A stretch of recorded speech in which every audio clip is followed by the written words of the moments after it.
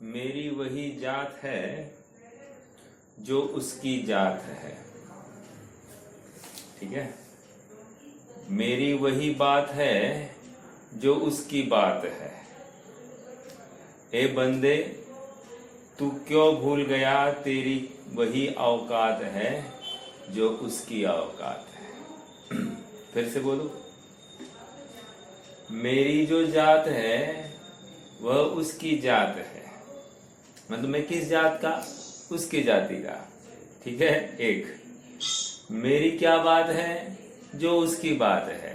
दो, ए बंदे तू क्यों भूल गया, तेरी वही औकात है जो उसकी औकात है। अपने को कहाँ बिठाया मालूम है? ये तो किसी शायरी, शेरो शायरी वाली बात है, बट कितनी मार्मिक बात लिखी है। तेरी वही औकात है जो उसकी औकात है। अब उसकी औकात मतलब भगवान की बात चल रही है। अब भगवान की औकात क्या है? तीन लोग तीन काल जान रहे हैं। तेरी कैसी औकात है? वैसी की वैसी औकात है। तेरा मटेरियल और उनका मटेरियल में कुछ भी फर्क नहीं है। तेरी आत्मा और उनकी आत्मा एक सरीकी है। तेरे आत्मा में आनंद गुण है तो उनकी भी आत्मा में आनंद गुण। वे उनकी आत्मा में ज्ञान दर्शन सुख है तो तेरे भी आत्मा में ज्ञान दर्शन सुख है। वे प्रत्येक समय में आत्मा का वेदन कर रहे, भोग कर रहे, तो तेरी भी ताकत ऐसी है कि तू भी प्रत्येक समय में आत्मा का वेदन करे। बल्लोर सर, तुम सब माइक म्यूट करता का। हमको पहले हमारी औकात पता होनी चाहिए। लोग कहते हैं औकात में बात कर। हाँ, मैं औकात में बात कर रहा हूं, मैं भगवान। समझ में आ रहा है? व्यापारी बन आइए, नर भव हाट मंझार, फलदायक व्यापार कर, नातर विपत्ति अपार। क्या कह रहे? व्यापारी बन आइए, नर भव हाट मंझार, फलदायक व्यापार कर, नातर विपत्ति अपार। ये सुना क्या? फलदायक व्यापार कर। हम भी कहते हैं ना, नुकसान हो गया तो यार इसको कोई क्या कहते, यश नहीं है इसको। जहां हाथ लगाओ वहां पर नुकसान कर देता है। लोक में अर्थकारी व्यवहार में तुम चाहे उतने फेलियर बन जाओ, कोई प्रॉब्लम नहीं है।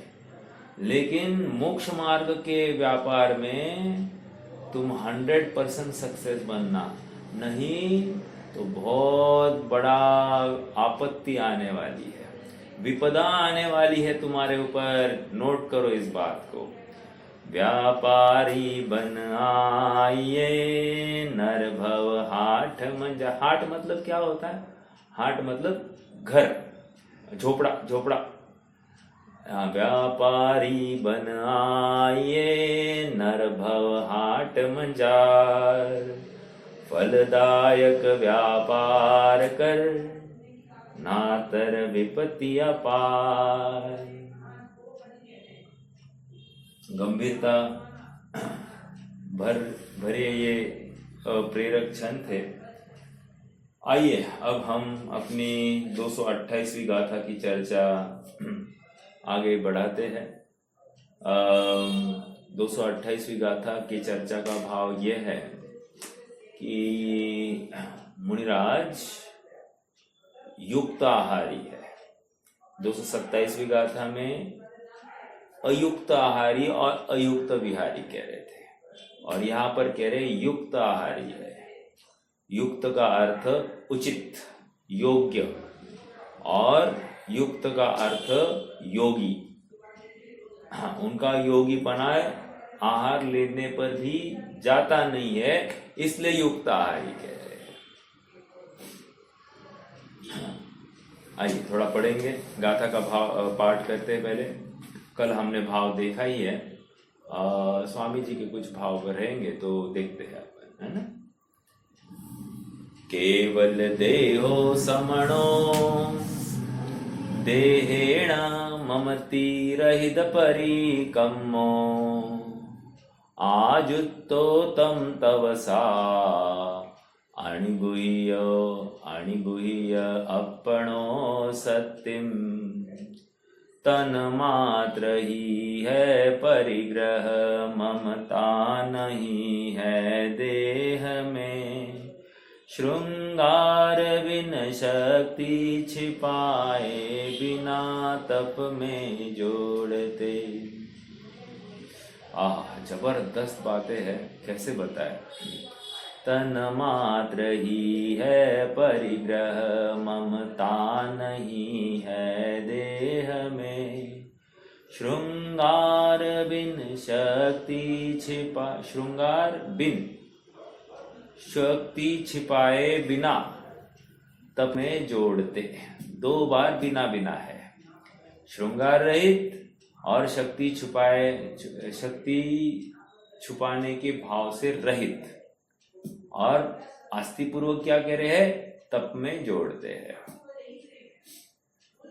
तप का अर्थ क्या लेना, कौन बताएगा मुझे फटाफट। तप का अर्थ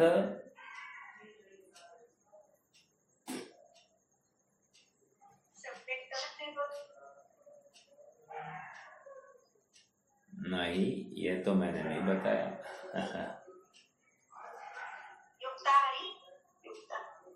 नहीं, तप में जोड़ने का अर्थ क्या। देखो, सम्यक कहोगे तो कोई प्रॉब्लम नहीं है, लेकिन मैंने जो एक्सप्लेनेशन दिया वो चाहिए मुझे। आत्मस्वरूप में जो स्थिरता आ गई है। नहीं, ये तो बात जनरलाइज आप दे रहे हैं, उसमें मुझे विरोध नहीं है, लेकिन मैंने तप का अर्थ कुछ किया था, उसका वो बताइए। इच्छा निरोध। Yes, perfect. इच्छा निरोध होना ही चाहिए। तप में जोड़ना मतलब इच्छाओं का निरोध होना ही चाहिए। दिस इज तप। परफेक्ट, बहुत अच्छा। देखो, ये तप में जोड़ना कोई साधारण बात नहीं। देखो, सम्यक तो ये सब बातें तो बराबर एक जनरलाइज आंसर है, बट परफेक्ट, इस शब्द का भाव क्या निकलता है, इससे क्या हम डिराइव करके ले, अपने जीवन में हमको क्या करना है, ये बोध मुनिराज क्या कर रहे हैं वो तो ठीक है एक अंडरस्टैंडिंग के लिए। दूसरा अंडरस्टैंडिंग मुझे क्या करना है उनकी इस चर्या को देखकर, ये भी तो विचार करना जरूरी है ना। वे तप में जोड़ते हैं, मैं भी तप में जोड़ू। समझ में आ रहा है क्या। तो वो इतने लेवल पर जोड़ रहे तो मैं एटलीस्ट इतने लेवल पर जोड़ू, तो जोड़ने का भाव तो करूं, निर्णय तो करूं, ये तो करना चाहिए ना। इसलिए आज तब वे जो प्रेरक छंद थे आज के, इसी के लिए थे। भाई क्या कर रहे हैं हम, विचार करो, और क्या करना चाहिए इसका भी विचार करो। मार्ग कैसा है ये भी नक्की करो। मार्ग पर चलने की उत्कट भावना भाना ये भी जरूरी है। समझ में आ रहा है क्या। गृहस्थी में ग्रस्त होना ये हमारा स्वभाव नहीं है। गृहस्थी में विरक्त होना यही सच्चा पुरुषार्थ है। समझ में आ रहा है क्या। हाँ जी, देखो क्या कह रहे हैं यहां पर।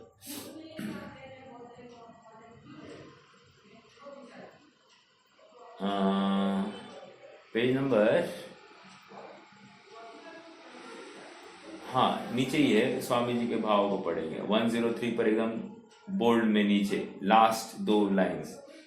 ये पढ़ा था हमने एक्चुअली, फिर भी पढ़ लेते चलो। यह देह मेरी नहीं है, ऐसे भान पूर्वक मुनिराज को अत्यंत वितरागता प्रकट होने से देह के प्रति उपेक्षा भाव वर्तता है, अर्थात उन्हें देह के प्रति राग नहीं है। एक बात देखो, हमको पड़ोसी के प्रति कितना राग है, कुछ भी राग नहीं है ना, बराबर है कि नहीं। अब एक प्रश्न करता हूं मैं, पड़ोसी के घर में आग लग गई और दीवार कॉमन है, कॉमन मेरा प्रश्न है, पड़ोसी के घर में आग लगी है, हम क्या करेंगे। हम भी उसको आग बुझाने में सहायता करेंगे। बराबर? क्यों? क्योंकि अगर हम उसकी आग नहीं बुझाएंगे तो वो आग की लपटें अंदर आएगी, हमारी तरफ आएगी। समझ में आ रहा है क्या? पहले उस आग का भक्ष्य मेरा घर बनेगा, राइट? इसी प्रकार ये देह एक पड़ोसी है और इस आत्मा का देह ये पड़ोसी है। अब देह में आग लगी है, उसको भूख लगी है, उसकी चलने फिरने की ताकत नहीं रही है, क्या करना? उसमें पेट्रोल डालना, फ्यूल डालो, ईंधन डालो, उचित ईंधन डालना, अनुचित ईंधन नहीं डालना, पेट्रोल रॉकेल नहीं डालना, रॉकेल स्पिरिट नहीं डालना, प्रॉपर पेट्रोल ही डालना, जो नियत है वैसा। उसी प्रकार यहाँ पर कह रहे हैं कि आहार के लिए वो शरीर की दशा क्षीण हो गई, तो दशा को व्यवस्थित करने के लिए, अर्थात ये मेरी साधना में बाधा नहीं पहुंचाए, इस जाति का इसको आहार खिलाना। यूं कहिए, अपन मराठी में कहते ना, दुर्जनास प्रथम वंदे, है ना? दुर्जन को पहले वंदन करना चाहिए। या हिंदी में भी कहते हैं, हिंदी में क्या कहते हैं? दुष्टे प्रथमम वंदे, दुष्ट व्यक्ति को प्रथम वंदन करना। क्यों प्रथम वंदन? मतलब यहाँ दुष्ट का अर्थ क्या लिया गया है? देह। ऐसा शब्द आया है क्या? दुर्जन देह बराबर मूर्ख प्रीति बढ़ावे। आ गई क्या ये? अपन ने किसमें है ये? दुर्जन देह बराबर मूर्ख प्रीति बढ़ावे। तो अज्ञानी जीव देह के साथ प्रीति जोड़ता है, और यहाँ पर क्या कह रहे हैं? आत्मा के साथ प्रीति जोड़ो। आत्मा के साथ प्रीति जोड़ने के लिए उस देह को, उस दुष्ट को पहले नमस्कार करो। देखो, कोई कार्यक्रम करना है हमको, अभी अनऑथोराइज थोड़ा सा कंस्ट्रक्शन करना होगा अपने घर के आजू बाजू में। क्या करना साहब? कुछ नहीं, यहाँ के कॉर्पोरेटर को बुलाओ कॉर्पोरेटर को घर पे बुलाओ, उसके हाथ से पूजा करो, ओपनिंग करो, और फटाफट फिर तुम्हारे यहाँ पर कोई भी आएगा नहीं। ऐसी बातें हैं। दुर्जन को पहले अपने घर पे बुला कर रख दो, अब तुम्हारे यहाँ पर कोई बाधा नहीं आएगी। ऐसी तो उसी प्रकार यहाँ पर कह रहे हैं कि पहले इस देह को तुम व्यवस्थित, उसको उसके योग्य कुछ आहार है वो दिलाओ, और फिर तुम शांति से अपनी आराधना करो। ठीक है? हाँ, इसको क्या कह रहे? युक्त आहार। युक्त आहार, युक्त का अर्थ क्या? दो प्रकार से किया। एक युक्त मतलब उचित, योग्य, ठीक है? और दूसरा युक्त का अर्थ क्या किया? दूसरे युक्त का अर्थ योगी, योगी के योग्य आहार लेते हैं। समझ में आ रहा है? देखो, यह देह मेरी नहीं है, ऐसे भान पूर्वक मुनिराज को अत्यंत वीतरागता प्रकट होने से देह के प्रति उपेक्षा भाव वर्तता है। चलो और एक उदाहरण देता हूं मैं। उदाहरण ऐसा है, मान लो कोई कैदी जेल में पड़ा है, राइट? उस कारागृह, वो जो 4 दीवारी है, ठीक है, उसमें वो कैसे रहता है? उस दीवार की साफ सफाई करते, मतलब जहाँ बैठना है, उठना है, सोना है, वहां पर वो साफ सफाई करेगा कि नहीं करेगा? करेगा, बिल्कुल करेगा। गंदगी करेगा क्या? कुछ नहीं करेगा। एक, हाँ, उन दीवारों के प्रति उसका, हाँ, मतलब उस कटघरे के प्रति कितना प्रेम होगा? बिल्कुल नहीं है। फिर भी वो साफ सफाई कर रहा है कि नहीं? वहां पर हाँ, थोड़ा सा क्लीनलीनेस मेंटेन करता है कि नहीं? करता है, बराबर। तो अरुचि पूर्वक वो सब कर रहा है वहां का। उसी प्रकार मुनि अवस्था में हाँ, उस देह के प्रति अरुचि होते हुए भी उस देह की व्यवस्था की जाती है। ये यहाँ पर समझना है। अनिच्छक बुद्धि कैसे होती है ये समझना है। मतलब सेवन करता हो, मतलब वो जैसे वो कैदी उस कारागृह में रहना नहीं चाहता, फिर भी रहना पड़ रहा है, तो फिर रहते हुए योग्य अपनी साफ सफाई करता है, उसी प्रकार की बात है। चलो एक उदाहरण ये रत्नकर्ण श्रावकाचार्य में उदाहरण आया, मैं मेरी तरफ से तो क्या दूं, वहां पर के ही उदाहरण दे रहा हूं। दूसरा उदाहरण क्या दिया वहां पर, जैसे कोई रोगी है, कौन सा रोगी, हाँ दवाई लेना चाहता है, और दवाई ले रहा है तो बड़े आनंद से चाव से ले रहा है या खेद से ले रहा है, खेद से ले रहा है कि नहीं, वो चाहता है कि नहीं ऐसी कब अवस्था हो जाए कि मैं निरोग अवस्था को प्राप्त हो जाऊं, मतलब इन गोलियों से छुटकारा हो जाए। गोलियां के प्रति, गोलियां ले रहा है लेकिन गोलियों के प्रति विशेष अनादर भाव है, अनुराग नहीं है गोलियों में। समझ में आ रहा है क्या?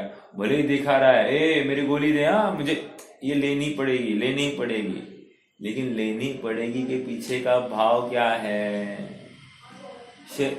निरोग अवस्था की अपेक्षा है, बराबर। अब मैं भक्ष अभक्ष के दायरे में नहीं जाना चाहता, मैं तो मात्र वहां पर अभिप्राय क्या है ये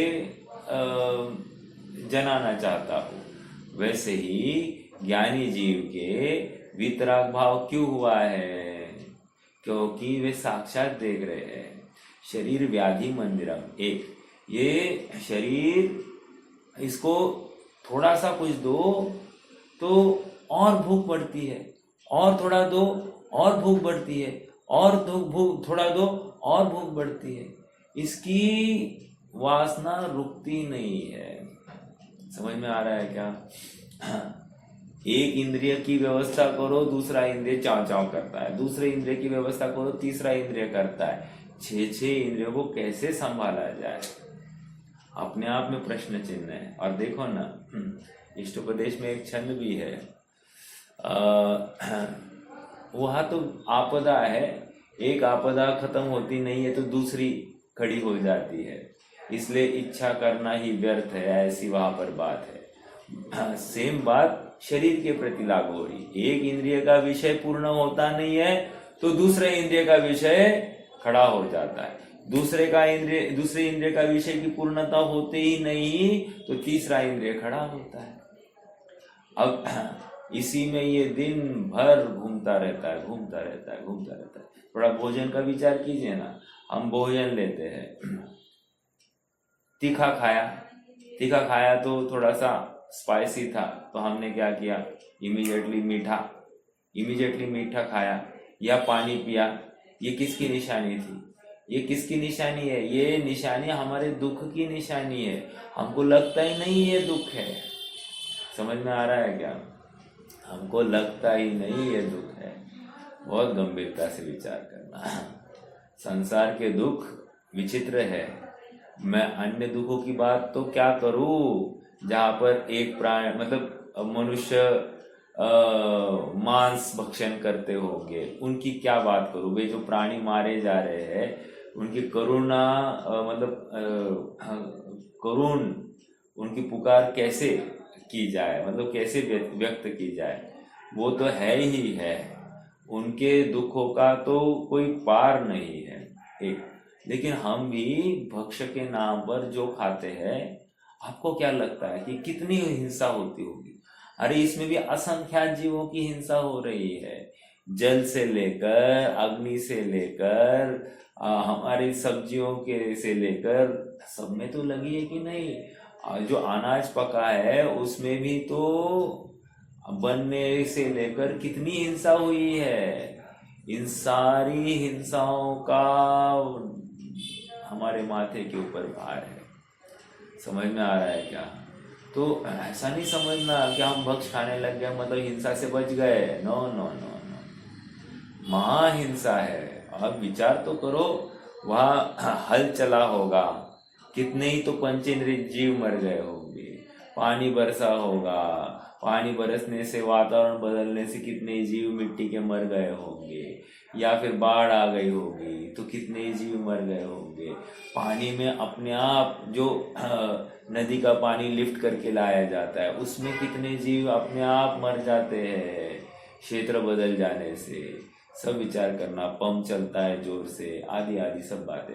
या फिर वहाँ पर फर्टिलाइजर्स, केमिकल्स डाले जाते हैं जमीन की ये करने के लिए, उसमें पानी भी चला जाता है। तो कितना वहाँ पर हिंसा का तांडव हो रहा है, यह हमको समझना चाहिए।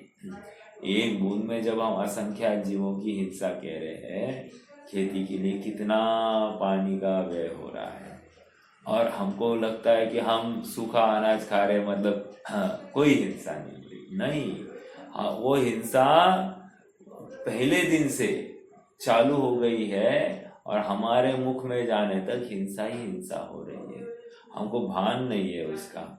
ऐसे हर वस्तु में हम जो जो भोग कर रहे हैं, जो जो ग्रहण कर रहे हैं, जिसका जिसका अवलंबन लिया जा रहा है, मोबाइल्स आदि, सबका विचार करना कि इसमें कितनी हिंसा है, कैसे हो रही है, हिंसा से कैसे बचा जाए, विचार करना। ये विवेक नहीं आया तो वीतराग भाव है ही नहीं अपने में। हमको आत्मा दिखाई नहीं दे रहा है, हमको तो विषय भोग दिखाई दे रहे हैं। समझ में आ रहा है? कहाँ से लाई बात? यह देह मेरी नहीं है, ऐसे भान पूर्वक मुनिराज को अत्यंत वीतरागता प्रकट होने से देह के प्रति उपेक्षा भाव वर्तता है, अर्थात उन्हें देह के प्रति राग नहीं है, वे देह की शोभा श्रृंगार नहीं करते। एक, अब लगाओ, हम दिन भर शोभा श्रृंगार के नाम पर क्या, नहाने धोने से लेकर कपड़े पहनने ओढ़ने तक, या फिर हमारे साज श्रृंगार से लेकर अन्य जो कुछ खान पान की सामग्री तक, कितनी हम व्यवस्था करते हैं। श्रृंगार, शोभा श्रृंगार नहीं है। हमको दांत मंजन करना है, वे दांत मंजन भी नहीं करते। हमको नहाना है, वे नहाते नहीं है। तो लगाओ ना, वे कितने शरीर को श्रृंगारित कर रहे हैं और हम कितना श्रृंगार करें। तो शोभा श्रृंगार से रहित है एक, और शोभा श्रृंगार से रहित है। देखो याद रखना, शोभा श्रृंगार का भाव भी नहीं है। मान लो नहीं नहाए तो कैसे तो भी ऑड लगता है कि नहीं आपने को, उनको कुछ भी नहीं लगता है कि मुझे अभी नहाने का समय हो गया है। नहीं नहीं नहीं, कुछ भी नहीं। तो ये शोभा श्रृंगार से रहे। अरे यहाँ तक आया शास्त्रों में कि मान लो दांत घिसने का भी विकल्प आ गया तो वो गया, उनका मुनिपना ही गया। एक दूसरी बात, यदि सर पर बाल पड़ गए हैं, दाढ़ी बढ़ गई है, तो दाढ़ी किसी विशिष्ट, मतलब बाल किसी विशिष्ट काल मर्यादा के पश्चात या पहले वे निकाले तो दोष है, उनको श्रृंगार का दोष आ जाता है। ब्रह्मचर्य डायरेक्ट बाधित हो जाता है। समझ में आ रहा है क्या? गंभीरता से विचार करना कि हम दिन भर कितने बार आईने के सामने स्वयं को निहारते हैं, हम कितने बार अपने बालों को हम श्रृंगारित करते हैं। समझ में आ रहा है क्या? इसको तेल लगाना, मुंह को कुछ तो और विलेपन लगाना, समझ में आ रहा है? फंक्शन के नाम पर हम कितना सजते हैं, विचार करना। जरूरत है क्या? नहीं सजेंगे तो क्या कमी होगी? कौन मुझे टोकेगा? एक बात, और उसके टोकने से मेरा मोक्ष मार्ग बढ़ने वाला है या मैं पतन के मार्ग में चलने वाला हूँ। एक अज्ञानी टोकता है तो मुझे उसकी इतनी फिक्र है, और ज्ञानी मुझे बार बार बोध दे रहे हैं, मुझे बिल्कुल फिक्र नहीं है। इससे पता चलता है कि हमारी रुचि किस तरफ है, विषयों की तरफ, भोगों की तरफ, या आत्मा की तरफ। समझ में आ रहा है क्या? हमको अपने परिणामों को टटोलने के लिए ज्यादा समय नहीं लगता है, लगना ही नहीं चाहिए। एनालिसिस इमीडिएटली होनी चाहिए कि मुनिराज क्या कर रहे हैं और मैं क्या करूं। मैं क्या कर रहा हूं इस केस में, मुनिराज क्या करते होंगे और मैं क्या कर रहा हूं, खत्म। अगर हाँ बोलिए हितेश भैया बोलिए। कई बार ऐसा होता है कि अगर तप में या ध्यान में या स्वाध्याय में अगर नहा के बैठे हाँ तो अच्छा हो, अच्छी तरह स्वाध्याय तो फिर डिस्टर्ब होगा, इसका क्या?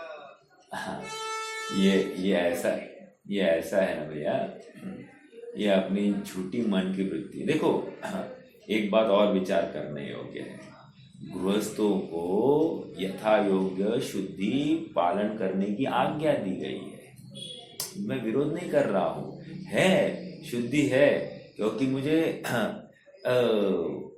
मोही जीवों में रहना है ना, तो मुझे यथा योग्य शुद्धि करनी ही है। जैसे शास्त्राभ्यास करना है तो हाथ अपने साफ ही चाहिए, कपड़े अपने साफ ही चाहिए। मैं बाथरूम जाकर आया हूँ तो उससे मेरा कुछ नहीं, मतलब मेरे कपड़े उससे छिले हुए नहीं होने चाहिए। आपको पता है एक जमाना ऐसा था जो शास्त्र गद्दी पर बैठते थे शास्त्र वांछा करने के लिए, तो नहाकर बैठते थे। हाँ, इतनी परंपरा कट्टर थी, इतना बहुमान था शास्त्र के प्रति। तो वो है एक बात, लेकिन वो क्या है, शास्त्र के प्रति विनय है। अब आप जो कह रहे हैं कि भाई हमको फ्रेश नहीं लग रहा है, तो ये फ्रेश नहीं लग रहा है, ये तो संस्कार की बात है। समझ में आ रहा है क्या? संस्कार की बात है। देखो और थोड़ा सा बताओ, आपको नहाना है ना, आपको एक काम करना, आप कल से ही कर लेना। क्या करना? ड्राई फ्रिक्शन करना बॉडी की, मतलब शरीर को थोड़ा सा ऐसे रगड़ना। रगड़ने में हिंसा है, मैं भी मानता हूँ विरोध नहीं है। शरीर को ऐसे रगड़ा ना तो भी हिंसा हो गई है, बट आप रगड़ना, रगड़ के थोड़े थोड़े ऐसे, जैसे अपन मुंह धोने के लिए कैसे थोड़ा थोड़ा पानी लेते हैं, ऐसे थोड़े थोड़े पानी से आप थोड़े पूरे शरीर को साफ करना। और देखना आपको एज गुड एज एक बाल्टी पानी से नहाए उतने आपका थोड़े से पानी में गुजारा हो जाएगा, तो हो जाता है। अब ये अपनी मानसिक कल्पना है कि मैंने साबुन रगड़ा ही नहीं है तो साफ सफाई नहीं हुई है, मैंने कुछ शैम्पू किया नहीं तो साफ सफाई नहीं हुई है, मैंने टूथपेस्ट नहीं लगाया तो आज फ्रेश नहीं लग रहा है, फ्रेश नहीं लग रहा है, फ्रेश नहीं लग ऐसे कुछ भी नहीं है भैया, कुछ भी नहीं है। अब कैसे बताओ आपको मुनिराज, अगर आप तिरंज कौन सा पेस्ट लगाते होंगे तो भी उनके मुंह की कोई दुर्गंध आती ही नहीं है। विचारणीय बिंदु है कि नहीं? प्राकृतिक जीवन है, मुनियों का भी प्राकृतिक जीवन है। हमको प्रकृति के समीप जाकर अपना जीवन जीने की हमारी पात्रता बढ़ानी चाहिए। और ज्ञानी जन क्या, जो विवेकी जन है, वे दांत मंजन नहीं करते। हाँ, विचारणीय बिंदु है। नहाते भी है ना अल्प से अल्प पानी में, हाँ मतलब, और एक ही पानी रीयूज करते रहते हैं। जैसे अभी, हाँ अभी तो जैसे मालूम है, जिस पानी में नहाए है ना उसी पानी को वे टॉयलेट पर डालने के लिए भी यूज कर देते हैं। मतलब एक बड़ी थाल लेते हैं और थाल में ही नहा लेते हैं, और वही पानी फिर शौच या उसके ऊपर बहाने के लिए यूज करते हैं। एक कपड़े का पानी है ना, साबुन का पानी, तो साबुन का पानी क्या करते हैं, वो फर्श साफ करने के लिए यूज करते हैं, रीयूज करते हैं। और उससे क्या हो गया, फर्श साफ करने के बाद में उसमें से सोडा निकल गया, अब ऐसा पानी फिर खुले पर छोड़ देते हैं। तो इससे क्या हो गया, पानी में जो सोडा डायरेक्टली जाने वाला था वो नहीं गया, और सूखे स्थान पर उन्होंने ये कर दिया, तो पानी के साथ मिलावट नहीं हुई सोडे की। तो ये सब प्रावधान युक्तियां का अवलंबन होता है, विवेक होता है। मैं इतनी बात क्यों कर रहा हूँ, आप जो कह रहे हैं ना कि हमको लगता नहीं है, तो लगता नहीं है यह हमारी कमी है, और हमारी कमी ये कल्पना के बेस्ड है। आप अपनी कल्पनाओं को ऑल्टर कीजिए, अपने आप आपको अच्छा लगने लगेगा। समझ में आ रहा है क्या होता है? हाँ, बट जितना विवेक और शुद्धि चाहिए इसका विरोध नहीं है, लेकिन शरीर के प्रति वो उत्साह आना चाहिए, फ्रेश लगना चाहिए, ये बात के लिए अपन नहीं कुछ बोल सकते, मतलब योग्य नहीं है, फिर वो हमारी श्रृंगार बुद्धि पड़ी है, ये समझना। और जब तक नहीं होता है ना भैया, तब तक खेद वर्तना चाहिए। अरे मुनिराज या ज्ञानी जन कम पानी में कर रहे हैं और मैं कैसे ज्यादा पानी में कर रहा हूँ, उनसे हो रहा है और मैं नहीं कर पा रहा हूँ, इसका मतलब कहीं ना कहीं मेरी सोच में कमी है, मेरी कल्पना में ज्यादा से ही अच्छा होगा, ऐसी कल्पना मैंने प्री डिटरमाइंड, मतलब एक प्री कंसीव्ड नोशन होता है, मैंने ही सोच रखा है कि इतना पानी तो चाहिए ही चाहिए, तो उतना पानी नहीं हो तो मुझे नहीं मिले तो मुझे लगता है कि आज कुछ हुआ ही नहीं ठीक। थोड़ा सा एक विचार करना, अभी एक हफ्ते 2 हफ्ते पहले हमारे यहाँ पर 2-3 दिन पानी नहीं आया तो हमारी माता जी, उनको दिन भर नाम नहीं लेना चाहिए पर एक एग्जाम्पल के लिए दिन भर बहुत पानी बहाने का उनको, मतलब खड़खड़ पानी से ही साफ सफाई चलती है, खड़खड़ पानी थोड़े से पानी में उनकी साफ सफाई होती ही नहीं है। अब कैसे बताएं इस जीव को कि कम से कम पानी में भी साफ सफाई हो सकती है? क्या आपको पता है? चलो इसके माध्यम से आपको जानकारी तो हो जाए कि बुंदेलखंड में ना राख से बर्तन मांजते हैं, पानी लगाते ही नहीं, मतलब जो बर्तन है ना, बर्तन को राख से मांजते हैं, उसको पानी यूज ही नहीं करते, और उसी बर्तन में दोबारा मतलब भोजन पकता है, सब बातें वही उसी में होती है। ऐसा भी होता है। अब हम बोलते हैं सो डर्टी करेंगे अपन, ऐसा नहीं है। अरे वो एकदम प्राकृतिक व्यवस्था है, प्राकृतिक व्यवस्था है, राख को शुद्ध माना गया है। अब हमको लगे अरे कितना गंदा है ना, कितना गंदा है ना, अरे नहीं, ये सच्ची प्रक्रिया है, हम जो कर रहे हैं वो गलत है। अभी आपको पता है अपने घर में जो बर्तन मांजने का जो साबुन आता है, अपने घर में मतलब जिनके जिनके घर में आता होगा, वो बर्तन मांजने का साबुन क्या है? अरे चर्बी है उसमें, वो मांस है, मांस नॉनवेज है, और उससे हम बर्तन मांजते हैं और बर्तन साफ हुआ ऐसी हमारी कल्पना करते हैं। अब ये हमारी बुद्धि की विकृति है कि नहीं? सो कॉल्ड पढ़े लिखे लोगों की बौद्धिक विकृति कितनी है आप समझना। वे अनपढ़ जो वहां पर राख से मांजते हैं और हम साबुन से मांजते हैं। तो विवेकी कौन है, कम हिंसा कौन कर रहा है, आप लगाना। इसलिए मैंने आज एक स्टार्टिंग में कहा था ना, क्या कि इस नर भाव में तुम व्यापार करना और विवेक से करना, नहीं करोगे तो तुम्हारी बहुत विपदा आने वाली है।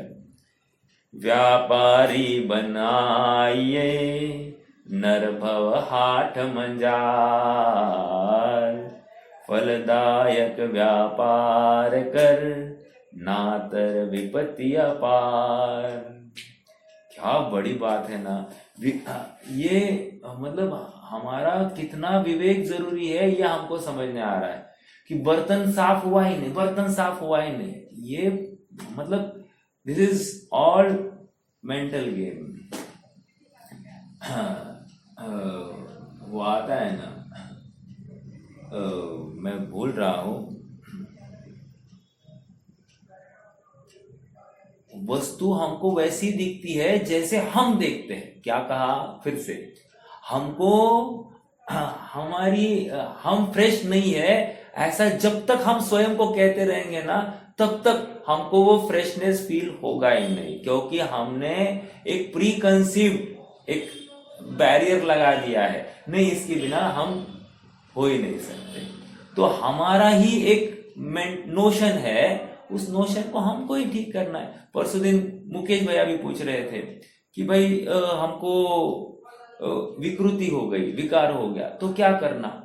तो जिस ज्ञान में विकृति हुई है उस ज्ञान को रेक्टिफाई करना। उसी प्रकार जिस ज्ञान में हमको शुद्धता भाषित नहीं या फ्रेशनेस भाषित नहीं हो रहा है, उसी ज्ञान को समझाना कि मैं फ्रेश हूं, क्योंकि मैं देह रहित हूं। देह की शुद्धि, देह की फ्रेशनेस मेरे लिए कुछ भी काम करने के लिए समर्थ नहीं है। समझ में आ रहा है क्या? अगर ऐसी होती कि देह की फ्रेशनेस से मेरी फ्रेशनेस बढ़ती तो फिर साहब तीर्थंकर ने तो नहाया ही नहीं है। अभी मालूम है आपको आदिनाथ कितने दिन नहाए नहीं होंगे? आपकी क्या सोच है? आदिनाथ मुनि अवस्था में कितने दिन तक नहाए नहीं होंगे? 1,00,000 पूर्वायुष। हाँ, 1,00,000 पूर्व। ऐसा थोड़ी होता है, ऐसा होता है क्या? 1,00,000 पूर्व 1,00,000 उनका 84,00,000 पूर्वायुष्य था। हाँ। उसमें ये भी तो उन्होंने संसार में हाँ, गृहस्थ अवस्था, बराबर। 84,000 गुना 84,000 तो वो 70,56,000 करोड़ साल है। समझ में आ रहा है? इतनी बड़ी वो वैल्यू है। 84,000 या 84,00,000 कुछ तो है, बट 70,56,000 करोड़ है। तो इतनी बड़ी वैल्यू ऑफ ईयर्स वे नहाए नहीं। 1,00,000 पूर्व इतना बड़ा काल है। और मैंने जानबूझ के आदिनाथ को खड़ा किया क्योंकि महावीर तो भाई साहब क्या 30 साल में ये हुआ, दीक्षित हुए, और 72 में तो गए। उसमें भी 12 वर्ष में ही उनकी दीक्षा काल था। उसके बाद में तो अनंत अवस्था हो गई। वैसे 1000 वर्ष के लिए आदिनाथ की थी। ठीक है ना, 1000 वर्ष भी एक बहुत बड़ा टाइम स्पैन है ना, तो भी नहीं लगा। मतलब क्या, कुछ ना कुछ उनको शरीर से भिन्नता भाषित हुई कि नहीं हुई? यहाँ इसका मतलब क्या है कि शरीर से अभिन्नता भाषित हो रही है, और जब तक ये शरीर से अभिन्नता है तब तक काम नहीं होगा। इसका मतलब मालूम भैया, बहुत मार्मिक बात है। इसका मतलब हम जब नहाते हैं हमको खेद बरतना चाहिए। मेरा स्नान स्वरूप है और मैं नहाने की कल्पना कर रहा हूँ, नहाने से शुद्ध होने की कल्पना कर रहा हूँ। समझ में आ रहा है क्या? मैं नहाने, अरे आप गीता का एक छंद है, किसी का देहावसान होता है ना, न पवन से मैं सूखता नहीं हूँ, अग्नि से मैं जलता नहीं हूँ, पानी से मैं भीगता नहीं हूँ, ऐसी वो अग्नि मुझे जलाती नहीं है, ऐसे वो एक छंद है। मैं अभी भूल रहा हूँ उस छंद को, बट उसका हाँ यस, नैनम छिंदंती, वो जितना भी है ना, नैनन छिंदंती मारुत, नैनन छिंदंती मारुत, ऐसे वो बहुत सारे 4-5 जिससे हम कल्पना करते हैं कि आत्मा का क्या होगा। जैसे शरीर छेदा बेदा जाता है, उससे आत्मा नहीं छेदा बेदा जाता। अब ये अन्य मत वाले भी मान रहे हैं ना साहब, तो वो मान रहे, तो हमको मानने में क्या तकलीफ है? तो उनके शास्त्रों में आया तो हमारे यहाँ तो है ही है ये बात। तो ऐसी बात है, हमारी सोच हमको सुदृढ़ करनी पड़ेगी, और सारा सोच का खेल है। जैसे हमारी सोच बदलती है वैसा हमारा कमाल हो जाता है। हेलन केलर ने एक स्टेटमेंट किया है, don't pity on me as I am blind, pity on them those who have vision, those who have eyes but don't have vision. क्या कहा? ये लिख कर रखना those who have eyes but don't have vision, मतलब जिनको आंखें तो है लेकिन दृष्टि नहीं है। और ये दृष्टि, ये कंपैरेटिव स्टडी एनालिसिस करने की दृष्टि होनी ही चाहिए। जब तक ये स्टडी नहीं करते हैं हम, मुनिराज क्या कर रहे हैं, मैं क्या कर रहा हूं, और याद रखना मुनिराज क्या करते हैं वो वर्तमान की बात नहीं है, मेरी गृहस्थ अवस्था में उन्होंने क्या सोचा होगा, ये सिचुएशन उनके सामने आई तो उन्होंने क्या सोचा होगा, ये ऐसा विचार करना। तो वो जो सोचते हैं वही मुझे सोचना चाहिए। समझ में आ रहा है क्या? इसलिए और एक स्टार्टिंग का छंद कहा था क्या, मेरी वो जात है जो उसकी जात है, मेरी वो बात है जो उसकी बात है, मेरी वो औकात है जो उसकी औकात है। समझ में आ रहा है क्या? मतलब ए बंदे, तू क्यों भूल गया, तेरी वो औकात है जो उसकी औकात है। अर्थात उन्होंने जैसे सोचा है ना वैसा सोचना मुझे भी कटिबद्ध है। नहीं सोचूंगा, नहीं मानूंगा तो भटकना 100%। अच्छा हुआ आपने प्रश्न किया।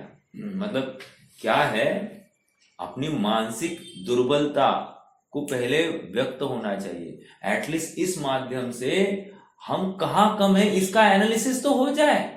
उसके बाद में जब हमारी कमी निकलनी सो निकलने दो, लेकिन हम कम है ये भान तो होवे ना पहले। क्योंकि आज क्या हो रहा है, आज मुझे लग रहा है कि आई एम कंप्लीट, हर किसी को लग रहा है कि मैं कंप्लीट हूं, लेकिन कंप्लीटनेस किस अपेक्षा से, उसकी उसकी अपनी अपनी बुद्धि की अपेक्षा से नहीं, यहाँ पर जिनवानी की अपेक्षा से हमको मैं कंप्लीट हूं कि नहीं हूं ये नक्की करना है। मुझे लगता है इसलिए मैं करूंगा, मुझे लगता है ऐसा नहीं चलेगा। यहाँ पर तुम्हारी बुद्धि से कुछ भी नहीं करना है, तुमने अपनी बुद्धि लगाई और यहाँ तुम्हारा वैराग्य उड़ के चला गया। वो विक्रम बेताल है ना, विक्रम बेताल, वो विक्रम बोला और बेताल उड़ के चला गया। समझ में आया? उसी प्रकार तुमने अपनी बुद्धि लगाई और ये चला गया। तुम जिनवानी के अपेक्षा ही अपनी बुद्धि को प्रॉपर तराशोगे और उसके हिसाब से आगे बढ़ोगे, तो ही तुम्हारा काम होना है। तुम्हें सुखी होना है कि नहीं होना है ये नक्की करो। अगर होना है तो की बात है, अगर नहीं होना है तो रास्ता खुला है, मैदान साफ है, तुम चाहो ये करो। कल एक बहुत अच्छा, मैंने श्रेयांश को भी बताया, एक किसी के स्टेटस पर एक छोटा सा वीडियो था, योग से मैंने देखा, मैं कभी देखता नहीं हूँ, मैंने देख लिया। वीडियो ऐसे था, एक न्यूली मैरिड कपल है, यंग कपल है, और जो पुरुष है, लड़का है, वो पतंग उड़ा रहा है और पतंग एकदम बहुत आकाश में, ऊंचे आकाश में एकदम उड़ रही है, उड़ रही है, उड़ रही है। समझना, लड़की पत्नी, मतलब उसकी पत्नी देख रही है पतंग को, कितनी ऊंची पतंग है ना, कितनी गई है ना ऊंची, ये देखो कितनी बादलों को छूने को हो गई है ना, लेकिन ये धागा उसको बाधक पहुंच रहा है। ये धागा उस पतंग को आगे बढ़ने में बाधक है। फिर उसने क्या तर्क दिया मालूम, लड़की ने कह रही मैं भी ऐसे खुले आकाश में घूमना चाहती हूँ, मैं भी एकदम स्वच्छंदता से मैं घूमना चाहती हूँ, लेकिन तुम हो, पति को कह रही है कि तुम हो कि मुझे निरंतर टोकते रहते हो, टोकते रहते हो, टोकते रहते हो। ओके, यहाँ तक हमको लॉजिकल लग रही कि नहीं बात, कि पति हमेशा पत्नी को टोकता रहता है, पत्नी हमेशा पति को टोकती रहती है। ठीक है, ठीक है, यहाँ तक तो कोई प्रॉब्लम नहीं ना। तुम मुझे खुले आकाश में तैरने से तुम मुझे रोकते हो, ऐसी पत्नी कह रही है। तो फिर लड़का पत्नी के पास देख रहा है, बहुत नाराज होता है, उसको कीमत नहीं है, मतलब मैं तुम्हारा इतना ख्याल रखता हूँ, इसकी तुम्हें कीमत नहीं है। तो उसने क्या किया मालूम है, उसने धागा तोड़ दिया। धागा तोड़ दिया तो पतंग क्या हो गई, पतंग खुली हो गई ना, अभी फ्री है ना पतंग। अब वो पतंग ना हिंडोले खाने लगे, ऐसी ऐसी ऐसी ऐसी जो आसमान में उड़ रही थी ना, उसका बेस यहाँ पर वो धागा किसी के हाथ में कमान के रूप में था। अब धागा ही टूट गया, अब वो पतंग हिंडोले खाने लग गई और कहीं ना कहीं जाकर गिरने वाली है। समझ में आ रहा है? विपदा पड़ गई है। अरे अभी थोड़ी सी प्रतिकूलता आ जाए तो वो उसको लपेट कर उसको पास में ले सकता था पतंग को, बराबर है कि नहीं? लेकिन अब ये उसको अब संपर्क ही नहीं है, नेटवर्क ही टूट गया है। अब क्या है? तो अब खुला मैदान, स्वच्छंदता और पतन, कुशील का सेवन। समझ में आ रहा है क्या? उसका इम्प्लाइड मीनिंग बहुत जबरदस्त था। मैं इतनी बात क्यों कर रहा हूं?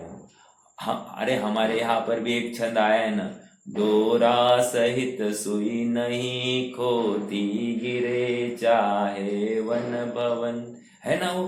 तो क्या है वो, मुझे याद नहीं आ रही, लेकिन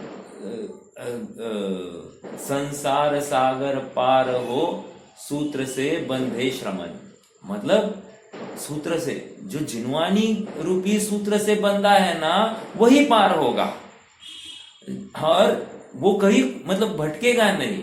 और जो सूत्र से बंधा नहीं है वो नियम से भटकेगा, नियम से। समझ में आ रहा है क्या? बहुत गंभीर है ये बात कि जितने जल्दी समझो उतना अच्छा है, और जितना विरोध करो उतना बुरा है। संसार भटकना है फिर तुम्हें। तुम जितना विरोध करोगे इस तत्व ज्ञान का उतना दुख तुम्हारा सुनिश्चित है, और तुमने स्वयं ने ये बीज बोया है आज विरोध करके, और तुम्हें स्वयं को इसका फल मिलने वाला है। कल वो संयोग के रूप में तुम्हें प्राप्त होगा। समझ में आ रहा है क्या? हाँ जी, चलिए थोड़ा पढ़ेंगे, है ना?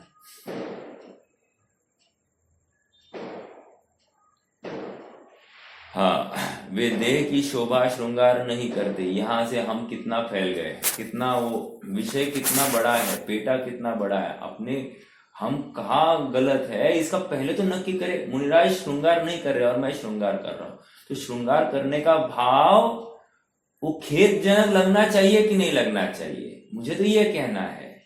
हमको मान लो कहीं किसी के पास जाना है तो कपड़े बदलने की भावना क्यों होती है? उस नॉर्मल अटायर में हम क्यों नहीं जा सकते?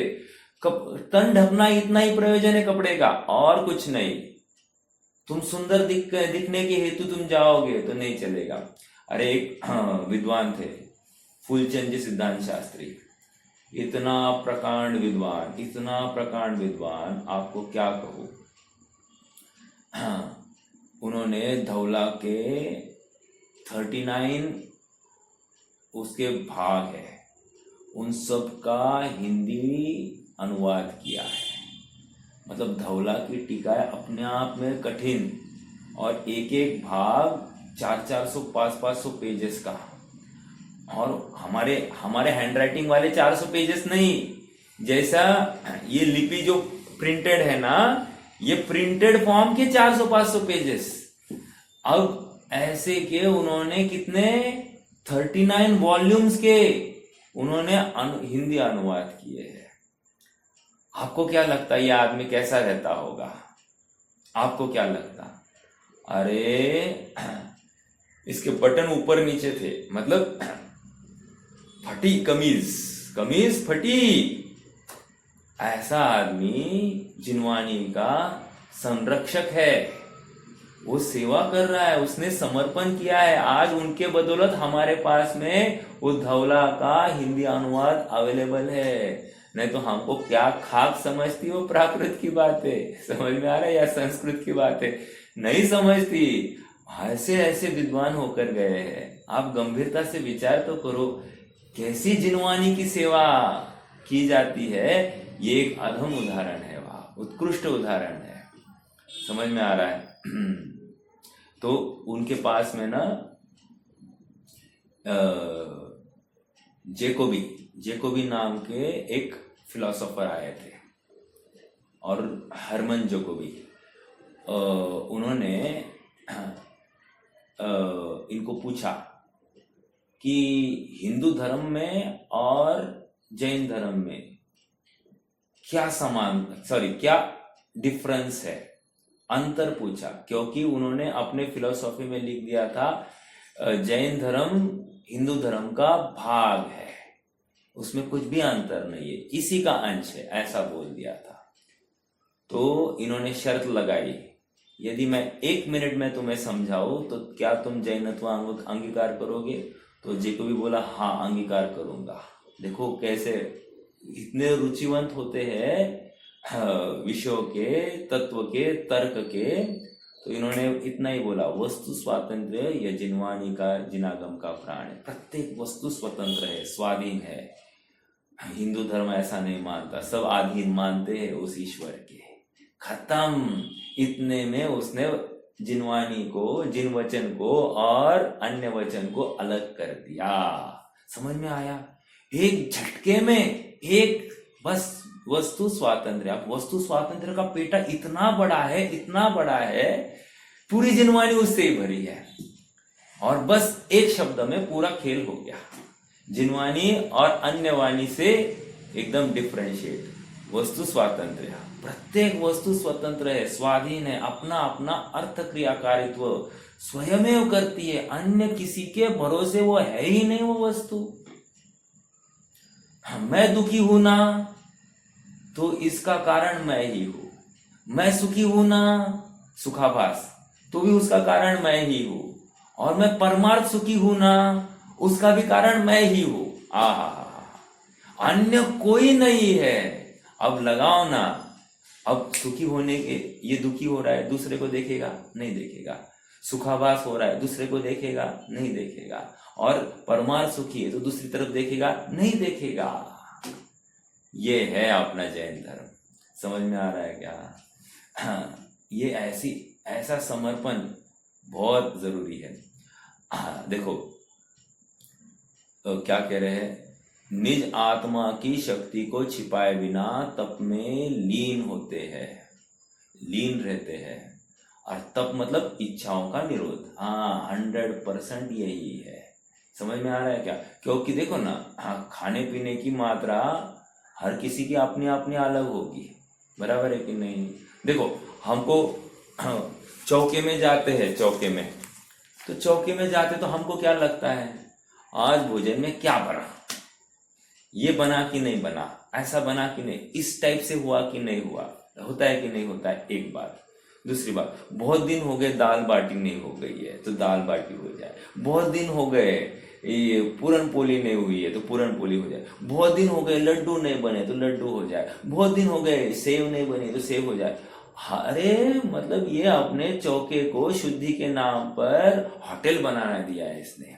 समझ, सच्ची बात है ये। मतलब आपको बताओ कि हम बाहर की नहीं खाते साहब, हम बाहर की नहीं, और हम होटल जैसी हर चीज हमारे घर पे बना के खाते हैं, इसमें इसको बहुत भूषण लगता है। अरे इसकी मति मारी गई। समझ में आ रहा है क्या? यहाँ पर कह रहे हैं हमको अत्यंत अत्यंत विरक्त होकर ये खाना चाहिए था, अत्यंत अत्यंत खेद भाव से खाना चाहिए था। और ले तप बढ़ावन हेतु नहीं तन पोषते तजी रसन को, इस लाइन को नोट कीजिए। ले तप बढ़ावन हेतु नहीं तन पोषते तजी रसन को। आहा, क्या ये मुनि अवस्था देखो कैसी अद्भुत है। और हम भी वैसा कर सकते क्या? हाँ बिल्कुल, निर्णय कर सकते, करना ही चाहिए, नहीं तो मुनि दशा नहीं प्रकट होगी। जो मुनियों का आज प्रकट हुआ है ना, अभिव्यक्त हुआ है, वो संसार अवस्था में पहले निर्णित हुआ था। हमारा निर्णय ही नहीं हुआ तो मुनि दशा कैसे प्रकट होगी? अब मुनि दशा प्रकट नहीं होगी, सिद्ध अवस्था कैसी प्रकट होगी? मतलब हम मोक्ष मार्ग के पायदान पर कैसे चढ़ेंगे? मात्र स्वाध्याय सुनकर काम नहीं होगा। अरे practice is better than precept. क्या कहा? Practice is better than precept मतलब क्या? बोलिए हितेश भाई, क्या इसका अर्थ? कोई भी बताओ, कोई प्रॉब्लम नहीं है। Practice is better than precept मतलब क्या?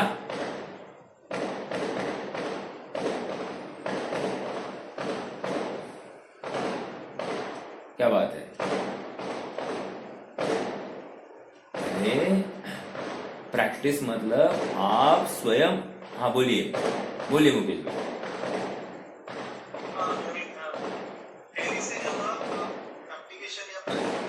यस, आपके जीवन में आप कैसे उतार रहे हो ये इंपॉर्टेंट है। आपके जीवन में आप कैसे निर्णय कर रहे हो ये इंपॉर्टेंट है।